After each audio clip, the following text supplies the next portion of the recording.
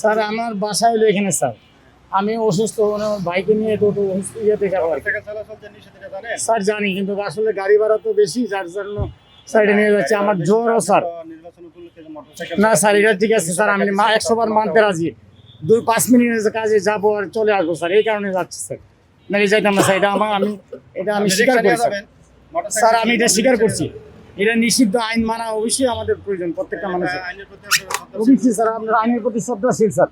তাহলে কিভাবে আপনারা মোটরসাইকেল নিয়ে আইনের প্রতি শ্রদ্ধাশীল স্যার, আমার বাসা স্যার এই গলিতে স্যার, 20 নম্বর আপনি বাড়ি। বলছেন আইনের প্রতি শ্রদ্ধাশীল, আপনি কতটুকু শ্রদ্ধাশীল যে আপনি গাড়ি নিয়ে বের হয়েছেন অসুস্থ থাকার পরও?